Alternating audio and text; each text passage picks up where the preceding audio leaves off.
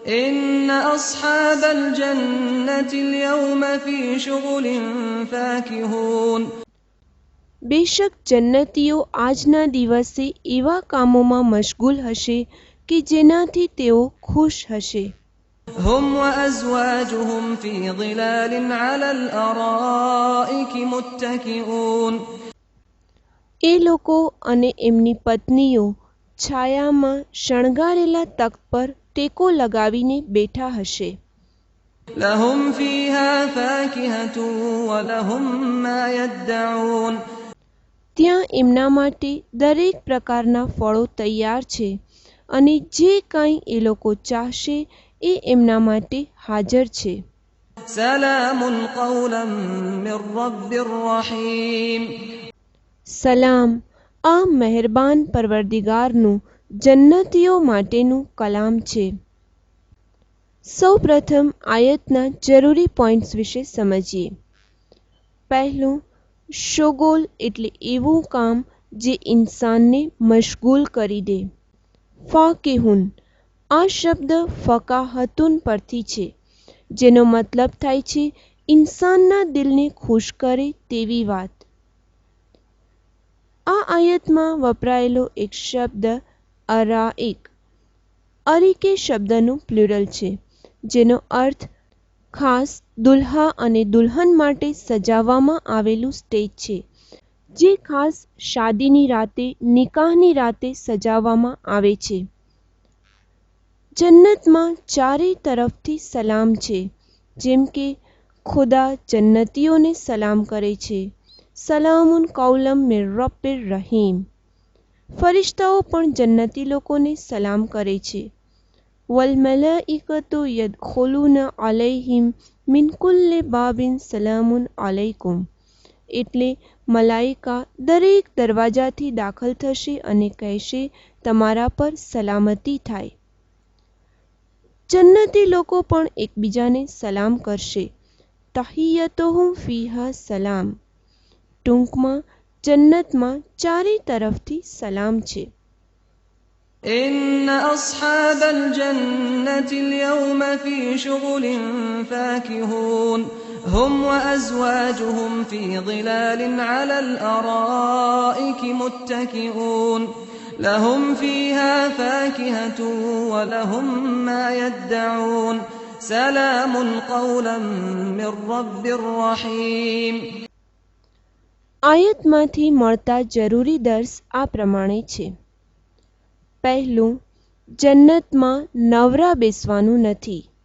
જન્નતમાં નવરાશ નથી. ઇન્ન અસ્હાબલ જન્નતિલ યૌમ ફી શુગુલિન ફાકિહૂન, એટલે જન્નતમાં કોઈ પણ જાતના હદફ અને મકસદ વગરની નવરાશ અને ફુરસત નથી, પરંતુ ખુદાવંદે કરીમની જન્નતની નેમતોના સાયામાં જન્નતીઓ ખુશીવાળા કામોમાં મશગુલ હશે. બીજું, જન્નતમાં કોઈ પણ જાતનો ગમ અને દુઃખ નથી. ફાકિહુન, એટલે જન્નતીઓ સંપૂર્ણ સુકૂન અને આરામમાં હશે, તેમને કોઈ પણ જાતનું ટેન્શન કે વ્યાધિ નહીં હોય. ત્રીજું, સારું કામ, સારો ધંધો એ છે કે જેનાથી ઇન્સાન રાઝી અને ખુશ હોય. શોગોલિન ફાકિહૂન, એવું કામ કે જેનાથી ઇન્સાનને ખુશી મળે. ચોથું, જન્નતમાં મોત વગરની જિંદગી, બીમારી વગરની સલામતી, ઘડપણ વગરની જુવાની, જિલ્લત વગરની ઇજ્જત, કોઈ પણ જાતની તકલીફ અને મહેનત વગરની નેમત, નાબૂદી વગરની બકા, ગમ વગરની ખુશી અને એકલતા વગરની મોહબ્બત છે. ફી શુગુલિન ફાકિહૂન, જન્નતીઓ એવા કામમાં મશગુલ હશે જેનાથી તેઓ ખુશ હશે. આ આયતમાંથી પાંચમો દર્સ એ મળે છે કે જન્નતમાં ફેમિલી જીવન, કૌટુંબિક જીવન વિખેરાશે નહીં અને કોઈ જાતની એકલતા નથી.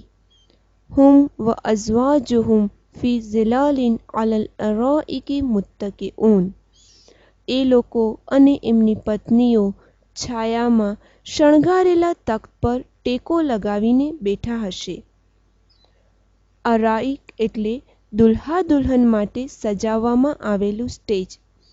એટલી સુંદર જગ્યાએ આ લોકો તેમની પત્નીઓ સાથે બેઠા હશે.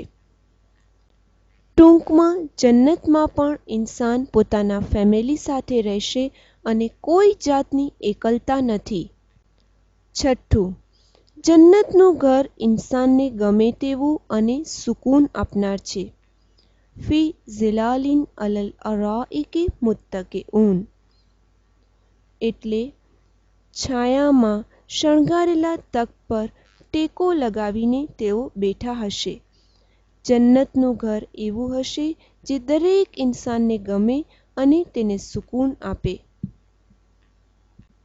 સાતમું, ખુરશી અને તખ્ત પર બેસવું જમીન પર નીચે બેસવા કરતાં વધારે ફઝીલત ધરાવે છે. અલલ અરાઇકી મુત્તકિઉન એટલે જન્નતીઓ શણગારેલા તખ્ત પર ટેકો લગાવીને બેઠા હશે. અને એટલા જ માટે આપણે મહેમાનને ખુરશી પર કોઈ ઊંચી જગ્યાએ બેસાડીએ છીએ, કારણ કે જમીન પર નીચે બેસવા કરતાં વધારે ફઝીલત ધરાવે છે. નવમું, જન્નતમાં બહેતરીન ખાવા પીવાનું મોજૂદ છે. લહુમ ફીહા ફાકિહ ત્યાં એમના માટે દરેક પ્રકારના ફળો તૈયાર છે. નવમું, જન્નતમાં કોઈ પણ જાતની પાબંદી નથી.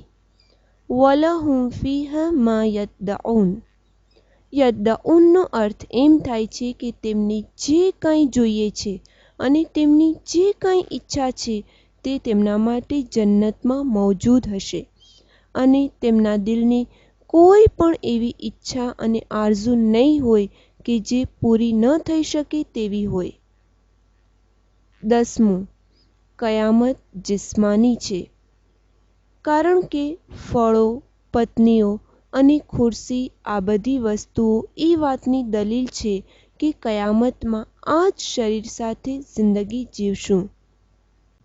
આ આયતોમાંથી મળતો 11મો દર્સ એ છે કે જેઓ નેક કામ કરે છે તેમને માદી મટીરિયલ પ્રોત્સાહનની સાથે રૂહાની અને માનસિક પ્રોત્સાહન પણ જરૂરી છે. જેમ કે આ આયતમાં માદી નેમતને બયાન કરીને ઉત્સાહ અપાવવામાં આવે છે. લહુમ ફીહા ફાકિહતુન વલહુમ મા યદ્દઉન એટલે જન્નતમાં એમના માટે દરેક પ્રકારના ફળો તૈયાર છે અને જે કાંઈ એ લોકો ચાહશે એ એમના માટે હાજર છે.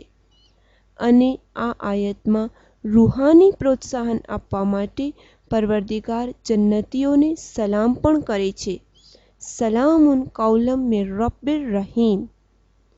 આ આયતથી આપણને દર્સ મળે છે કે આપણે પણ કોઈ સારું કામ કરનારને કદો અને ઇનામ આપવાની સાથે તેને વખાણના તેના કામ માટેના બે સારા શબ્દો પણ કહેવા જોઈએ, જેથી તેને રૂહાની રીતે વધારે સારા કામ કરવાનો શોખ થાય.